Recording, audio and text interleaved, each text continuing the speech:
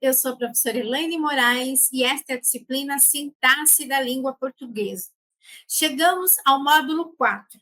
Então, depois de passar por todas as diferentes perspectivas da sintaxe, de passar pelos diferentes níveis classificatórios e as diferentes unidades de estudo, agora a gente começa a pensar um pouquinho mais na educação básica, na implicação que nós temos, então, dos conteúdos sintáticos para se pensar o que nós denominamos de educação linguística escolar, que é uma designação que substitui aquelas típicas, né, quando se fala em ensino, ensino-aprendizagem, aprendizagem, para fugir um pouco dessas ambiguidades. Especificamente, hoje, vamos falar da unidade 1, que é intitulada Limites da sintaxe tradicional adotada na educação básica. Lá nos primeiros módulos da disciplina, a gente viu um pouquinho sobre sintaxe tradicional e a relação entre essa nomenclatura e a própria gramática tradicional. E quais são, então, os limites, né, dessa abordagem que ainda é tão forte na sala de aula de língua portuguesa na educação básica? Bom, para começar, então, eu trago como epígrafe essa citação da professora Diná Calou, que é professora emérita da Universidade Federal do Rio de Janeiro, a UFRJ, e esse texto, né, está no livro Ensino de Gramática, Descrição e Uso, que aparece para você na sua tela, de Vieira. É uma obra que faz parte da disciplina, do projeto pedagógico, do plano de ensino, do cronograma, e que está disponível na biblioteca digital da UFMS. Nesta primeira citação como epígrafe, nós temos a seguinte passagem. A ênfase na língua falada já está expressa nos documentos do próprio Ministério da Educação desde pelo menos a década de 1970, já que a oralidade é a nossa base primeira de identificação. Essa citação é da página 28. Começar por isso aqui, olhar para isso no interior de uma disciplina de sintaxe da língua portuguesa, já é entender que, do ponto de vista tradicional, se nós temos uma ênfase tão forte na sintaxe normativa, na gramática normativa, naquilo que é visto como bem falar ou bem escrever, o nosso primeiro problema, o nosso primeiro grande problema, para além de tantos outros, é a desconsideração de que a língua falada, esse nosso primeiro contato, essa nossa primeira base de identificação, ela é excluída numa proposta como essa, para além de tantas outras questões que a gente já movimentou e outras que vamos movimentar na aula de hoje. Aliás, falar um pouco sobre isso, pensar oralidade, é algo que não vai aparecer apenas aqui na disciplina de sintaxe, mas em outras disciplinas ao longo do curso de letras, quando se pensa a prática de ensino, os estágios obrigatórios, quaisquer disciplinas que vão pensar um pouquinho essas questões que são mais de ordem metodológica, né, do fazer docente em sala de aula. Bom, então, para a aula de hoje, qual que é o nosso caminho, né? Como a gente vai percorrer esse processo? Primeiro, então, cruzar a ideia de educação linguística escolar com a chamada crise no ensino, vou deixar entre aspas, porque é uma nomenclatura usada no âmbito do texto, para a gente pensar um pouquinho por que crise e por que ensino. Depois, vamos falar da existência de diferentes gramáticas, né? A descritiva, a gerativa, a funcional e a normativa. No primeiro módulo da disciplina, já vimos a normativa e a descritiva. No segundo, a gerativa e a funcional. E agora, o que é pensar a existência dessas diferentes gramáticas quando se trata de olhar para a educação linguística escolar? Sobretudo, sob a ótica da sintaxe, né? Bom, para pensar isso, nós teremos que passar por dois grandes eixos. Os saberes, os diferentes saberes, que vão envolver o que a gente chama de saber comunitário, saber linguístico descritivo barra prescritivo, e o próprio saber das gramáticas que são descritivos científicas. E as normas, né? Quando se pensa em normas, nós estamos falando de diferentes existências, de diferentes conhecimentos que são tidos, que são assumidos por determinadas comunidades. Então, aqui a gente está falando de normas prestigiadas ou estigmatizadas, as que são consideradas como urbanas ou não urbanas, a norma que é vista como idealizada a partir dos manuais e a que é, de fato, como lógica, efetivamente praticada numa comunidade, numa sociedade. E, depois disso, faremos um pouquinho um batimento entre fala e escrita do ponto de vista sintático e vamos pensar como tudo isso tem reverberado, seja na sala de aula, seja nos resultados das pesquisas científicas e, claro, no confronto entre essas duas instâncias, pensar numa espécie de renovação de métodos quando se trata da didática, né, de professoras e professores de língua portuguesa. Bom, então, para começar, para falar de educação linguística, eu escolhi uma citação do Marcos Banho. O professor Marcos Banho é um professor da UNB, muito conhecido nos cursos de letras, muito usado, principalmente para falar de preconceito linguístico e outros conteúdos ligados a essa diversidade. E aqui, especificamente, em texto de 2005, a citação que eu vou trazer para a gente é da página 63, a gente tem uma espécie de conceito de educação linguística. Então, nesse texto, o que os autores entendem, né, por educação linguística? Entendemos por educação linguística o conjunto de fatores socioculturais que, durante toda a existência de um indivíduo, lhe possibilitam adquirir, desenvolver e ampliar o conhecimento sobre sua língua materna ou sobre outras línguas, sobre a linguagem de um modo geral. Inclui-se também na educação linguística o aprendizado das normas de comportamento linguístico que regem a vida dos diversos grupos sociais, cada vez mais amplos e variados, em que o indivíduo vai ser chamado a se inserir. Aqui a gente começa a perceber a grande diferença entre pensar em ensino e pensar em aprendizagem.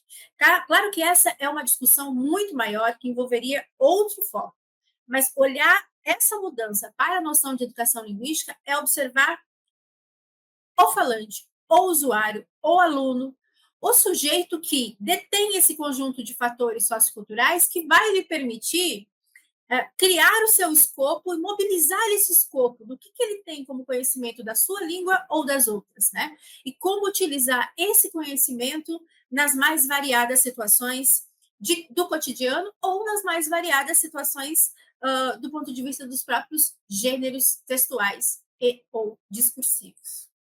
Bom, se a gente está pensando, então, em educação linguística como esse universo macro que vai envolver o conjunto de conhecimentos, né, do falante, da falante, aqui, quando se trata de pensar, com a professora Diná falou, a crise no ensino, nós estamos especificamente olhando para uma espécie de conjunto de saberes que foram sendo desenvolvidos na prática que olham tanto para os resultados que nós temos encontrado nas avaliações que são universais, que são tradicionais, que são institucionais, mas também no próprio desempenho, né, de alunas e alunos de diferentes instâncias. Então, aqui, nesse trechinho que é da página 14, ela diz o seguinte: é fácil comprovar que a crise no ensino se insere num contexto mais amplo das circunstâncias culturais e econômicas em que vivem as civilizações modernas, sob a influência dos mais recentes meios de comunicação e sob o impacto da massificação do ensino, que não foi acompanhada de novos objetivos a perseguir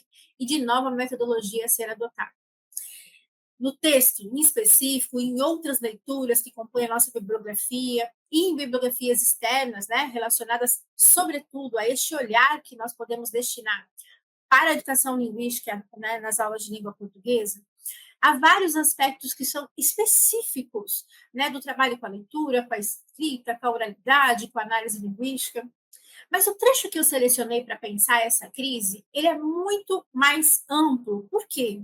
Porque diz respeito não simplesmente a estratégias conteudísticas, temáticas ou da logística do dia a dia do professor ou da professora de língua portuguesa, mas para a gente pensar que, para além disso, que é da prática docente, que envolve a formação inicial, como esta que nós temos aqui na licenciatura, nós temos também uma sociedade que caminha com suas diferenças, que passa por mudanças constantes e mudanças que envolvem algo muito maior.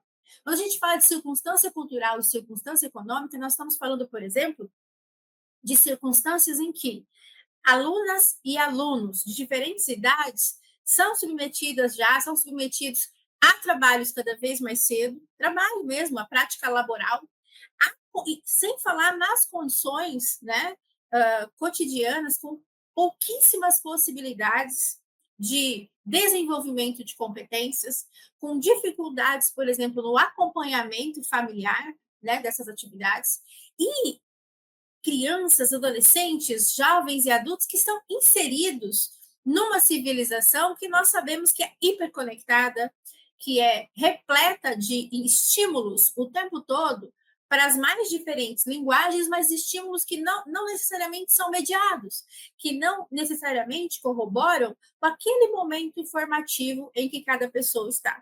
Então, esse processo massifica o ensino de algumas formas, pensando nas possibilidades reais, na quantidade de alunos em sala de aula, nas condições do exercício da própria docência, na configuração das escolas, nas possibilidades que as escolas têm em relação aos materiais, né, didáticos e as ferramentas de ensino-aprendizagem, ou mesmo aqui no nosso caso de educação linguística. Então, nós temos um contexto que é muito mais amplo. E eu gostaria de aumentar ainda mais esse contexto, amplificar para a gente pensar um pouco mais, para observar a própria força com que o nosso trabalho em sala de aula, nas aulas de língua portuguesa, precisa perpassar outras barreiras, né? Outras dificuldades, outros enfrentamentos, outras lutas. Bom, se no slide anterior a gente pensa ali, circunstâncias culturais e econômicas da nossa civilização e relaciona isso com a massificação do ensino, não dá para, por exemplo, separar o que é uma aula de língua portuguesa de discussões que são mais amplas e que requerem o nosso olhar hoje, diferentemente de outros momentos da nossa história. Então, o exemplo que eu trouxe aqui é um exemplo de charge analisada no texto de Mota e Souza Filho, de 2024, tirei da página 6. E aí, aqui, a gente tem um projeto muito mais amplo, os autores vão falar um pouquinho sobre esse projeto mais amplo para discutir discursivamente esse viés, essa cultura do empreendedorismo que está ativa no nosso país hoje, não só aqui, mas principalmente aqui. E nesse projeto maior, né, a gente tem este recorte, este exemplo. O título da charge, Os Empreendedores, no plural, para a gente pensar esse movimento que é tão comum. E dentro dela nós temos, você não dorme melhor sabendo que é o seu próprio patrão, um dos personagens, né, marcadamente desenhado e grafado como um ciclista entregador, ele fala para outro e o outro responde: eu não durmo. Você não dorme melhor sabendo que é seu próprio patrão? Um enunciado que vai resgatar o discurso do empreendedorismo, do neoliberalismo, desse movimento de que seja o seu próprio patrão, tenha liberdade de horários, não tenha que depender de ninguém, não corra risco de ser mandado embora, num processo em que na verdade, constrói-se uma relação com grandes marcas e essas grandes empresas, elas acabam isentas de responsabilidades sobre as trabalhadoras, sobre os trabalhadores. E o que nós temos representado na charge, mas também disponível todos os dias no cotidiano das cidades, é pessoas que trabalham muito mais que 8 horas por dia, se não fazem entrega, não tem direito nenhum, que muitas vezes usam um veículo próprio que se desgasta ou precisam alugar um veículo, e aí nós estamos falando tanto das bicicletas, quanto das motocicletas, quanto dos carros, e pessoas que, nessa rotina frenética, nem sempre vão ter o suporte adequado, por exemplo, em caso de acidente, em caso de adoecimento, e assim por diante. Aqui nós temos a charge de Tony Agostinho, retirada de um blog pelos autores. E se a gente for observar do ponto de vista da relação com a leitura, com a prática de análise linguística, com a escrita e como isso pode comparecer, né, nas aulas de língua portuguesa, nós percebemos o quanto aqui a gente tem, de maneira talvez irônica, e mesmo que do ponto de vista do gênero charge, e contextualizadamente a gente possa olhar para um projeto maior e pensar na possibilidade de um efeito de humor, que é clássico, as críticas e alguns textos chárdicos, aqui acaba a gente tendo uma situação que, particularmente, eu vejo como muito triste. Quer dizer, como é que um personagem olha para outro e interroga com relação ao dormir melhor, mas com mais tranquilidade em saber que não está, por exemplo, não se está submetida a CLT ou uma relação trabalhista com o patrão, e aí a resposta é muito triste, porque, bom, não tem essa de dormir melhor, eu não durmo, por que não dormir, né? Nesse enunciado, nessa resposta tão triste, eu não durmo, Como nós vimos, né, no módulo 3 da disciplina, nós temos uma oração absoluta, um período simples formado por uma única oração, com um único verbo, que sintetiza uma questão extremamente problemática do ponto de vista histórico, cultural, social, das relações de classe.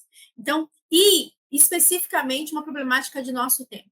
Claro que a gente viu isso ganhar mais força a partir da pandemia de Covid-19, mas é um processo que vem tendo, que vem recebendo diferentes desdobramentos no nosso país. Então, isso aqui mostra como a gente está pensando num âmbito muito maior, de circunstâncias que são culturais, que são sociais, que são econômicas e que ultrapassam questões que são de ordem mais metodológica do ponto de vista do exercício da docência nas aulas de língua portuguesa.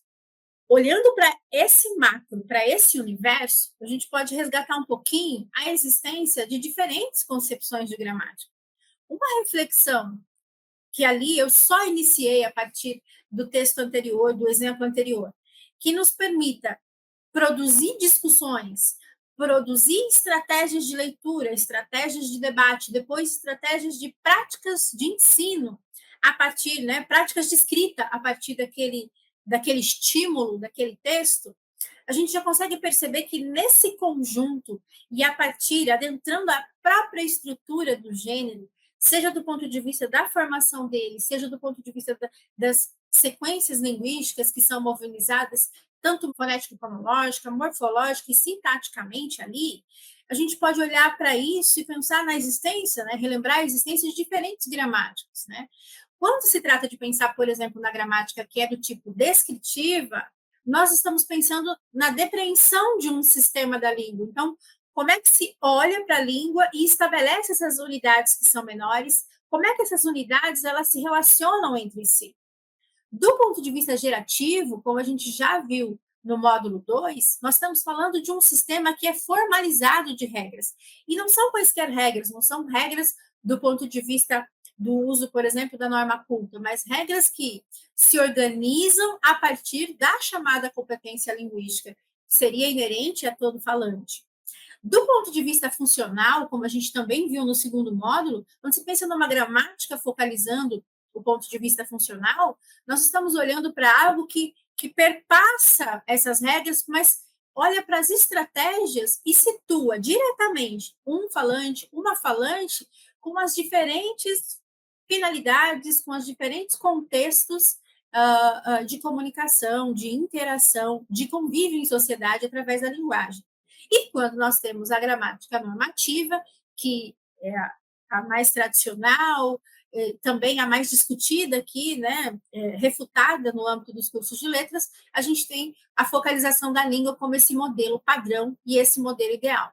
E a sintaxe, especificamente, é um tópico muito forte para que a gente possa olhar as diferentes gramáticas, justamente porque o elemento sintático ele nos permite fazer algumas incursões que são tanto do ponto de vista do uso quanto do ponto de vista, infelizmente, né, dessa prescrição, né, desse normativismo. Bom, já que existem então essas diferentes normas, eu vou mostrar um exemplo, né, que aparece no texto de Araújo, Saraiva e Souza Filho, quando os autores falam que vão mostrar um exemplo de atividade que se vale, por exemplo, de um texto como aquele que a gente viu, ou qualquer outro, como pretexto para ensinar as chamadas normas gramaticais. Aqui nós temos um exemplo que foi tirado desse artigo, e é um exemplo de livro didático, né, que foi mobilizado pelos autores. E nesse exemplo aqui, reparem que nós temos uma representação que, num primeiro momento, chama a atenção das crianças, porque nós temos a configuração, né, caricatural de animais, animaizinhos, alguns, inclusive, que podem ser considerados animaizinhos mais conhecidos, né, quando se estuda a natureza nessa fase da criança. E aí, aqui nós temos, gatos parecem lindos, mas são assustadores. Andorinhas parecem lindas, mas são assustadoras. Joaninhas parecem lindas. Aí tem ali, né, a placa dos pulgões, mas são assustadoras. Então, nós temos um confronto o tempo inteiro como a gente já viu na nossa unidade 3, de estruturas típicas das aulas tradicionais, né? Então, verbo de ligação, predicados nominais de um lado, com o parecer, com os sujeitos que são performados nos bichinhos, o verbo parecer e um predicativo do sujeito, né? Uma característica desse sujeito que está lá no predicado. Nós vimos um pouquinho algumas das incoerências, das lutas que existem do ponto de vista da classificação disso. E na segunda coluna, sempre nós temos enunciados que, começando por essa conjunção mas, estabelecem discursivamente como fator mais importante, cujo foco, né, do falante está maior, com maior força argumentativa, elementos que desconstroem essa especificação positiva, esse adjetivo lindo que apareceu na primeira coluna se referindo a esses animais. Então, todos eles são assustadores. Do ponto de vista da criança, a relação entre lindeza, entre beleza e o susto, né, e a possibilidade de causar medo são dois ambientes muito distintos, são duas esferas opositivas que confluem aqui para a visão desses animais que são representados. E aí, claro, quando a gente olha para isso, nós poderíamos discutir uma série de coisas, inclusive a fonte, inclusive a circulação na Folha de São Paulo, a contextualização e como a gente pode representar o nosso olhar para algumas estruturas. Naquele discurso que separa, por exemplo, o que é natureza, o que é meio ambiente, o que são os animais e o que é do direito do ser humano.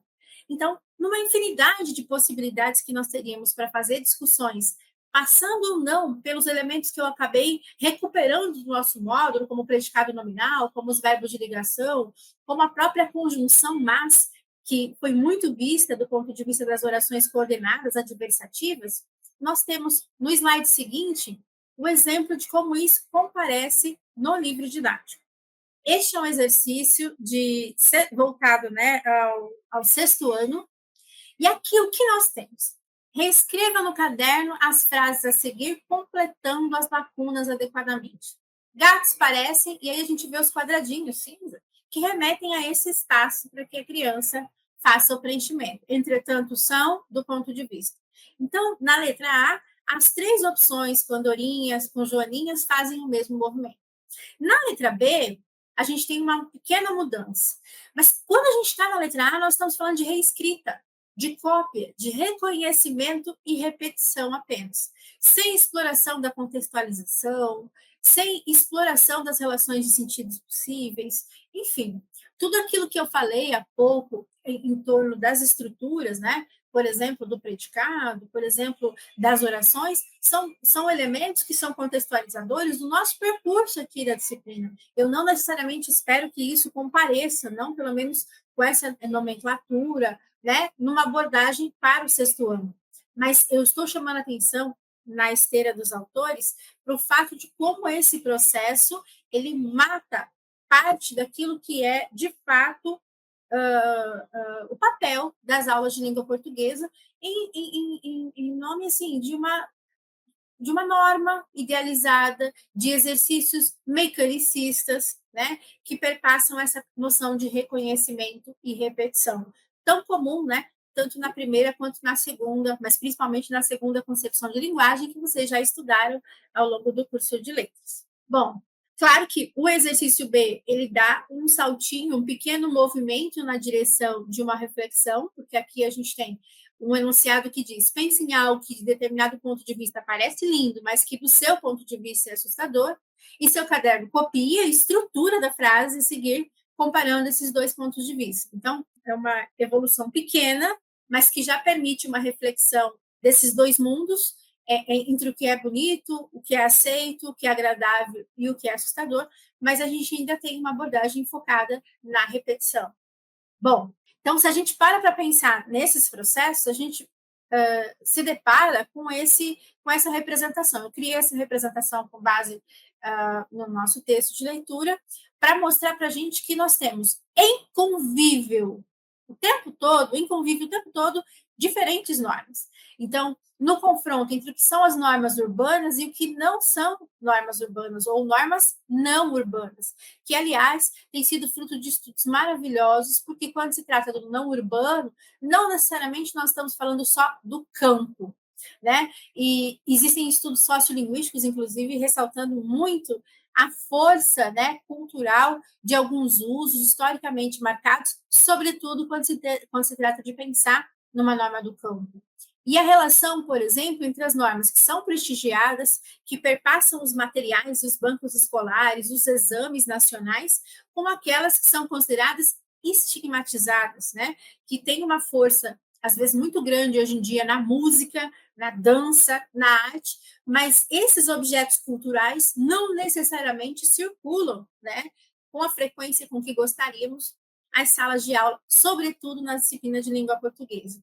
E as normas que são, né, idealizadas versus as efetivamente praticadas. Aqui a gente tem aquela velha interrogação, né, quando estudantes, principalmente diante de um comando como classifique as orações subordinadas, perguntam quando é que eles vão usar isso, né? E nos confrontam entre o que é idealizado do ponto de vista da sintaxe, da gramática, e o que realmente eles praticam o tempo todo, como a gente já discutiu no nosso módulo 3. Bom, se a gente está pensando, então, a existência dessas gramáticas, a existência dessas normas e a relação com a forma como ambas ou algumas delas perpassam, então, as salas de aula de língua portuguesa, nós estamos voltando um pouquinho para aquilo que lá, desde a epígrafe, já se marcou para nós nessa relação entre fala e escrita. Então, como é pensar a fala e a escrita sintaticamente, ou fala e escrita sintáticas, né? Aqui eu trouxe um trechinho do texto na página 23, que pega um exemplo típico, clássico, a diferença entre os verbos ter e haver. Então, usos como os de ter por haver em construções existenciais, aquelas em que o verbo ter tem sentido de existir, né? Tem muitos livros na estante, o exemplo entre parênteses. O do pronome objeto na posição do sujeito, então, pensando assim, que o pronome pessoal do caso oblíquo, mim, aparecendo como se fosse um sujeito de uma estrutura no lugar do pronome pessoal do caso reto, então, para mim fazer o trabalho. A não concordância das passivas, né? Então, quando se trata lá da voz passiva sintética, como a gente viu no terceiro módulo, aluga-se casa, ao invés de alugam-se casas, enfim, são indícios da existência não de uma única norma, né, de uma norma única, mas de uma pluralidade de normas, entendidas, mais uma vez, normas como conjunto de hábitos linguísticos, sem implicar em qualquer juízo de valor. Bom, quando se olha para esse meandro tão grande, que é trabalhar com gramáticas, trabalhar com normas, a gente começa a pensar também como isso se dá na relação entre sala de aula e nas pesquisas científicas. Bom, um dos alertas, né, que a autora fez, que eu acho que é considero bastante pertinente para a nossa discussão aqui da disciplina, é justamente uma vontade, uma aceleração, uma pressa em se trazer para a sala de aula muitas coisas que às vezes ainda estão em amadurecimento no campo científico, e aí é o grande problema, né? A professora Eni Orlandi, que é uma representante da análise de discurso de linha francesa, uma teoria que vocês vão estudar ao longo do curso, ela fala sempre assim, sim a formação e não a capacitação, né? Esse enunciado frequentemente comparece nas palestras, nas conferências, nas falas públicas dessa professora, que tem uma grande contribuição para a nossa pesquisa linguística e discursiva no Brasil. E aqui está a força desse enunciado da professora. Quer dizer, quando a gente rapidamente desenvolve uma capacitação para um público que não necessariamente está fazendo um acompanhamento, um refinamento pedagógico, né? O que a gente pode ter como principal consequência? Essa pressa em se levar para a sala de aulas como se fosse possível aplicar em diferentes estratégias de ensino, coisas que ainda estão no âmbito da reflexão, da testagem, do amadurecimento científico. Então, olhando para a citação deixada pela autora, esta febre de trazer para a sala de aula os resultados de pesquisas, de aplicação ao ensino, deve ser tratada com cautela, para que se não cometam erros ainda maiores na condução do problema. Acho que eu posso resgatar aqui, sobretudo, quando surgiram dois momentos diferentes, por exemplo. Quando começou -se a discutir de fato na academia a noção de análise linguística, muitas capacitações começaram a ser desenvolvidas e os professores começaram a tirar conteúdos de natureza gramatical da sala de aula por uma visão equivocada do que é realmente a noção de análise linguística. Uma noção que a gente vai analisar com um pouco mais de calma na segunda unidade deste nosso módulo, né, deste quarto módulo.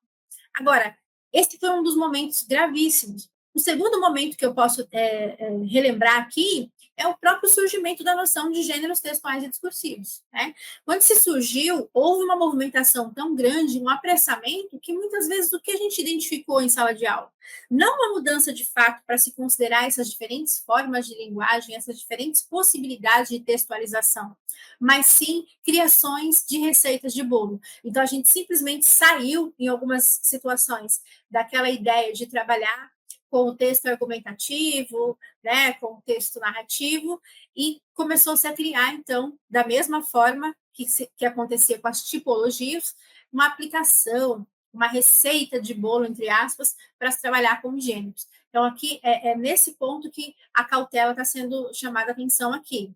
E, continuando a citação, se forem necessários tantos anos para chegar a essa consciência coletiva, muitos e muitos anos ainda serão necessários para traçar estratégias que conduzam a uma mudança de postura da sociedade como um todo e também da escola, sempre mais reacionária.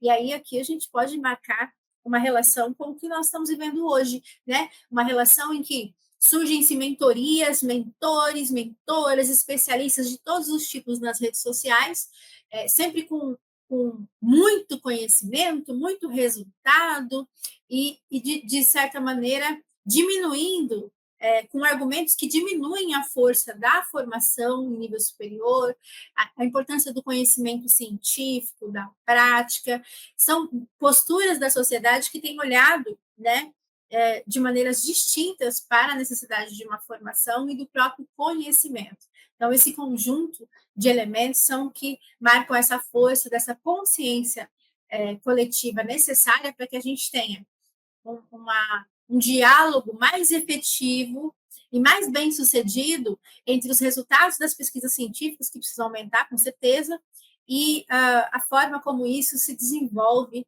de fato, nas salas de aula, né, de língua portuguesa.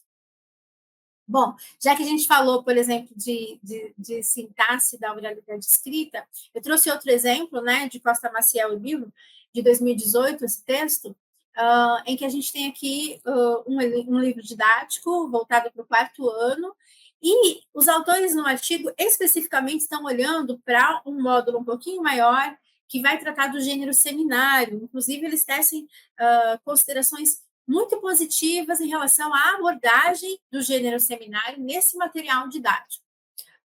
Depois vocês podem conferir, né, a estratégia, a discussão como um todo. Mas eu achei interessante pegar este primeiro exercício aqui, do topo da página, do exemplo que eles trazem, que é o exercício de número 4, porque este exercício não necessariamente é discutido, e ele entra um pouquinho em confronto em relação à continuidade da atividade, a atividade que realmente os autores analisam.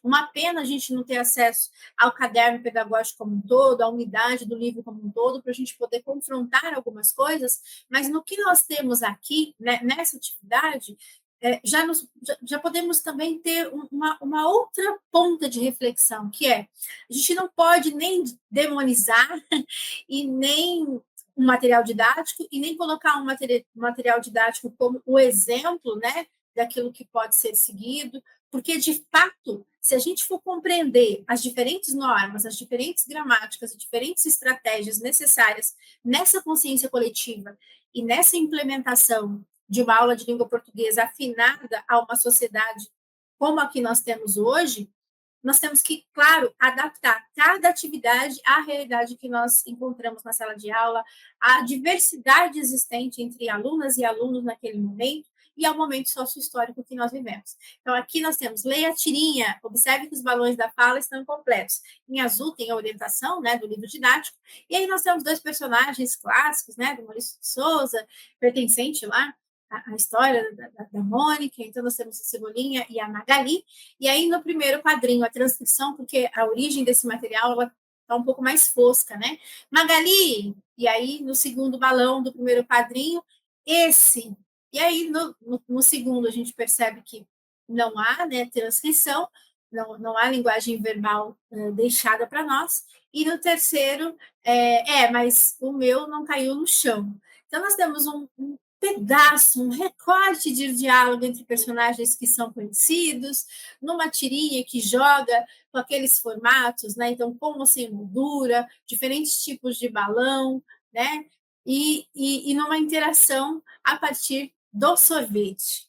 Para a gente entender um pouquinho essa relação que eu estou mostrando sobre como é importante olhar caso a caso, na atividade específica para essa tirinha, onde uma série de elementos da interação, da relação, inclusive das práticas educativas entre as pessoas que são representadas aqui, o direito de escolha, né, a relação entre o que é fazer um gesto bom e o compartilhar na interação e o que é o deboche, ou mesmo algumas relações que são um pouquinho mais tóxicas do ponto de vista de como as crianças representam, né, situações que elas vivenciam. Aqui na atividade nós temos copie no caderno a alternativa que corresponde às seguintes perguntas. Então, qual a frase mais adequada para o primeiro quadrinho? Escolha um sorvete ou escolhe o sorvete? E para o segundo quadrinho, como você é bobo, Cebolinha, me deu um sorvete maior, ou como você é bobo, Cebolinha, me deu o sorvete maior. No quarto ano, nesse momento de uso da língua, o que está sendo solicitado é a indicação de qual entre duas possibilidades seria a possibilidade mais adequada. Nós avançamos quando pensamos em adequação, em oposição a correto e incorreto. Entretanto, aqui, o que a gente tem também, e de maneira descontextualizada, se a gente não está num rol de uma série de outras estratégias de reconhecimento e de repetição, que, de maneira, assim, bastante sintética, né, deixa passar uma série de produções de sentidos que poderiam ser movimentadas. Nas orientações nós temos, né, caso os alunos não lembrem, falar do Cebolinha, comente, é engraçado isso, caso os alunos não se lembrem do Cebolinha, comente que o menino troca o R pelo L. E a gente poderia, inclusive, até nas orientações, chamar atenção para outras coisas, para o debate, para a interação, para perguntas que poderiam fazer resgatar na própria turma quais são essas características desses personagens, que história é essa em quadrinhos conhecida, do ponto de vista da tirinha, como ela se organiza produzindo sentidos, né? E, claro, esse é um módulo que, segundo os autores, a partir do seminário, da continuidade da atividade, vai falar um pouquinho, né, sobre os cuidados com a alimentação, e é claro que aí também há uma série de elementos que poderiam ser mobilizados, que não apenas a relação entre os artigos definido e indefinido e a capacidade que eles têm, né, de produzir esses dois sentidos. Ali também há uma orientação, né, se achar conveniente, releia a atividade 2 para que recordem o uso dos artigos relacionando-os aos contextos. Então, assim, numa atividade que, no rol de um conjunto de outras, nós poderíamos ter como máxima algo que seja mais interacional, aqui nós temos, de novo, aquela mesma prática, com a diferença de que essa prática brinca um pouquinho com a forma como a oralidade está representada na escrita, sem movimentar o corpo, os gestos, os símbolos e tantos outros elementos que poderiam ser movimentados aqui. Pensar sobre isso é importante porque, sobretudo do ponto de vista da sintaxe, como a gente foi vendo ao longo dos módulos, quando se trata da fala, tecnicamente nós estamos falando de um universo que perpassa instabilidade, naturalidade, rapidez, prosódia, para ficar nesses 4 elementos que são movimentados pela autora, em confronto com a escrita, que tem o que a gente costuma designar por sistematicidade e permanência. Claro, se essa escrita não é a representação de uma fala, como acontece no quadrinho, na tirinha, na história em quadrinhos e em tantos outros, no meme, em tantos outros gêneros com os quais nos deparamos. Então, a força de olhar para isso sintaticamente, de pensar essas normas, de pensar qual é a gramática envolvida, ela pode ser mensurada, né, de certa forma, com esse esquema que eu tirei do Ferrarese Júnior, que também é uma obra que perpassa a bibliografia, porque vai falar da sintaxe na educação básica, onde o autor ele vai mostrar um pouquinho esses níveis de combinação da língua, né?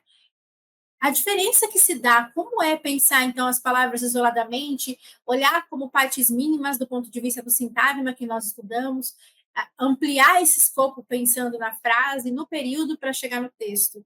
Muitas vezes há um contrassenso, né? A gente passa pela sala de aula pelos níveis do mínimo para o máximo, sem olhar que no todo, no texto, há uma série de elementos que confluem, que não necessariamente estão, né, nessa organicidade sintática que se apresenta aqui, até porque aqui a gente está falando de uma organicidade do ponto de vista da linguagem verbal, que deixa escapar, por exemplo, a linguagem multimodal, a linguagem visual e assim por diante.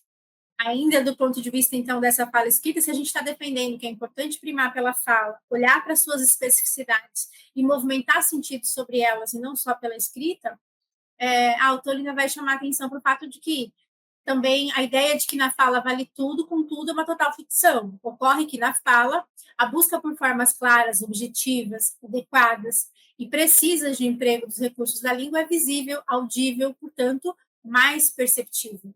Repetições, excitações, quebras e retomadas da sequência discursiva tornam os processos de seleção e de estruturação dos meios de expressão linguística mais transparentes. Então, a gente também precisa pensar tanto do ponto de vista de como esses elementos se dão nas formas de comunicação oral, como do ponto de vista de como esses elementos produzem sentidos e, às vezes, ênfases, produzem maior ou menor afinidade entre interlocutores e assim por diante.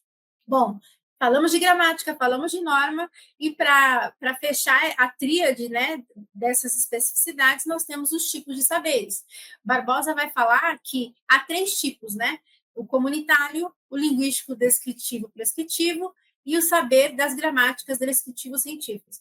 Esses saberes eles são importantes para nós na medida em que eles vão, para nós, do ponto de vista da formação mesmo de professoras, de professores, vão nos amparar, de certa maneira, para pensarmos um pouco mais em como a gente avalia a estratégia didática estabelecida ou selecionada. Então, se a gente pensar no saber linguístico comunitário, o autor vai chamar atenção porque o fato de que toda comunidade tem lá no seu saber linguístico uma espécie de norma padrão, que não necessariamente condiz com a norma padrão que perpassa a escola, né? E nesse saber linguístico comunitário, todo grupo humano ele vai construir uma ideia de linguagem especial, cuidada, vigiada, uma linguagem com as quais essa comunidade vai lidar, né, nos eventos sociais, nas trocas comunicativas.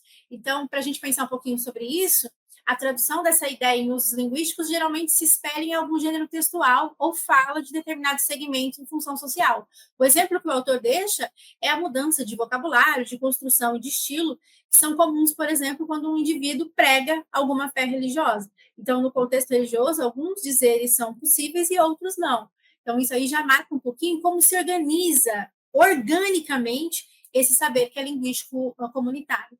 Já o saber linguístico que é descritivo, barra prescritivo, eu não gostei muito da aproximação desses 2 termos, mas do ponto de vista desse saber, nós temos aquele que é partilhado, né, por todo o Ocidente, atingindo direta ou indiretamente pelos modelos greco-romanos de gramática, esses que a gente tem visto, principalmente o saber da gramática tradicional. Então, nesse caso, assume-se o princípio de que qualquer variante linguística que não pertence a um dado conjunto de variantes eleitas como padrão seria uma variante errada para o uso formal, que é o que a gente tem tentado combater com a sociolinguística, com a teoria das variações linguísticas e todas as outras reflexões que passam por uma ideia de análise linguística, né? E não de estudo da teoria gramatical por si só. E aí existe o saber linguístico docente, né? E o autor vai chamar a atenção que esse saber linguístico, esse da sala de aula, que é construído aqui, no interior dos cursos de graduação ou nos estudos, né, de diferentes linhas de gramáticas descritivos científicas, e aí ele vai mostrar, por exemplo, a estruturalista, a funcionalista, a gerativista, que são algumas que estão aqui movimentando a nossa disciplina de sintaxe, e vai chamar a atenção ainda para a possibilidade de esse saber linguístico ser construído no interior de abordagens com foco na interação ou no discurso. Teorias que vocês certamente estudarão aí ao longo do curso de letras. Então, esse é o saber, né, do professor. Bom, com base em tudo que a gente falou, nem tudo é crítica, nem tudo são problemas, mas é uma realidade sobre a qual precisamos refletir, tanto aqui do ponto de vista da disciplina da sintaxe, quanto em quaisquer outros domínios, né, dentro da nossa formação inicial, no curso de letras. E aí a autora vai chamar atenção um pouquinho para a renovação de métodos, né? Quais são as possibilidades reais que nós temos para renovar os métodos? Então, sobretudo, pensar esse contato com a língua falada e a língua escrita, não só a língua escrita, mas eu ressalto também uma língua visual, com as diferentes modalidades artísticas, culturais, né? Aqui o estímulo para a produção de textos variados, e claro, aqui o conhecimento dos gêneros é fundamental, atividades de compreensão do sentido global do texto e dos mecanismos produtores, então, não olhar o texto como pretexto, como vocês já ouviram tanto, né, nas disciplinas de linguística, mas pensar que, sim, existem mecanismos produtores, e às vezes o mecanismo não é necessariamente um elemento gramatical, é uma estratégia, inclusive, né, do saber comunitário, e pensar como esses mecanismos, num conjunto maior, favorecem, então, a produção de um ou mais sentidos globais, e ao passo que como a gente pode pensar esses sentidos através de atividades de interpretação e de compreensão, e entender, sobretudo, a língua, né, como esse fenômeno que é sócio-histórico, eu acrescentaria, inclusive, que é sócio-histórico ideológico. E aí, claro, como é que fica a relação entre a sintaxe e os profissionais de letras, né? O autor vai chamar a atenção. O que dizem os falantes, né? O que diz a tradução gramatical? O que dizem as pesquisas linguísticas? A importância de nós olharmos para essa tríade. O confronto entre essa tríade poderia, então, ser uma ferramenta estratégica para nós. Então, devemos lembrar que o professor é também um pesquisador que tem de resolver problemas novos, nunca previstos nos manuais, com habilidade de percepção e reflexão sobre dados e suposições que ele cria no acompanhamento das descrições e hipóteses explicativas de cada escola linguística. Daí a importância de conhecermos as diferentes traduções, as diferentes abordagens e estratégias, porque cada situação vai exigir da professora, do professor, a movimentação e a resolução desses novos problemas, que surgem, inclusive, no cotidiano, nas dúvidas eventuais, nas mudanças sociais. Bom, pensando então nesses problemas novos e na mobilização de diferentes saberes, então, para finalizar, quais são as questões que podem nortear as reflexões da professora, do professor, diante das diferentes situações? Então, no nível que o autor está chamando de habitual, quer dizer, pensando nas normas usuais da sociedade, algumas perguntas sobre o uso usual podem ser mobilizadas. Então, é para um grupo específico? Que grupo? Quais são as camadas, né, escolarizadas, chamadas cultas envolvidas? Ou numa escrita literária científica produzida no dia a dia no mercado de trabalho, ou nós temos, para a sociedade brasileira como um todo, vamos refletir em torno da comunidade lusófona em geral. Se a gente pensa já nos níveis descritivo e prescritivo, que são mais ligados à gramática tradicional escolar, então, para esse fenômeno, há alguma convenção, ou seja, há uma regra prescritiva específica criando um uso artificial para diversos grupos de falantes? Se não há convenção explícita, eu posso sugerir usos formais com base no meu conhecimento da língua culta, no meu bom senso como leitora ou leitor assíduo? Há alguma proposta na praça que devo rechaçar por ser pretensiosa, sem base científica ou baseada em falsas premissas, né? Que estruturas do fenômeno em questão já foram descritas? Que outras estruturas não estão explicitadas na descrição tradicional, mas poderiam ser nela inferidas?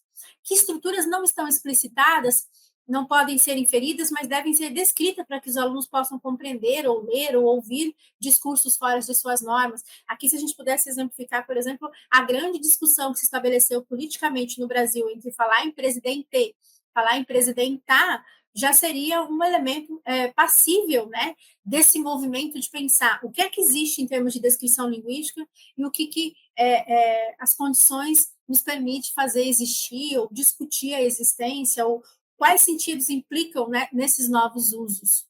Na continuação desse nível descritivo prescritivo, nós temos lançar mão de um instrumental descritivo nas escolas, né, relacionado às escolas linguísticas mesmo, para conseguir explicar melhor alguma relação, algum sentido, algum fenômeno. Então, aqui tem alguns exemplos, como a estruturalista, a funcionalista, gerativista, análise do discurso, a pragmática, Poderia ter sociolinguística, poderia ter estilística, entre tantas outras vertentes possíveis, que muitas vezes nos trazem ferramentas teórico-conceituais para a gente pensar num determinado instrumental descritivo.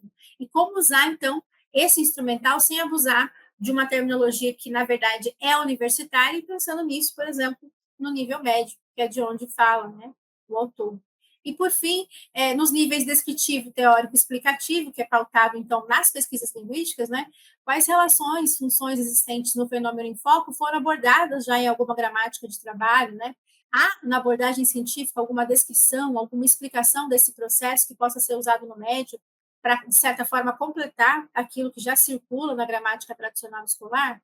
Ou então, ou ainda, e mais importante, como traduzir uma terminologia que é acadêmica em explicações, né? Em sala de aula, eu não diria nem explicações, mas em interações que surjam desse movimento com a língua.